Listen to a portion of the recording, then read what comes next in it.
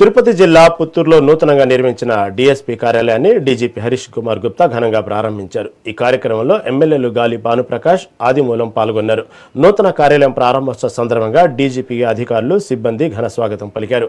Police శాఖలో మౌలిక వసతుల అభివృద్ధి ద్వారా ప్రజలకు మరింత సమర్థవంతమైన, వేగవంతమైన సేవలు అందించేందుకు ఈ నూతన కార్యాలయం ఎంతగానో ఉపయోగపడుతుందన్నారు.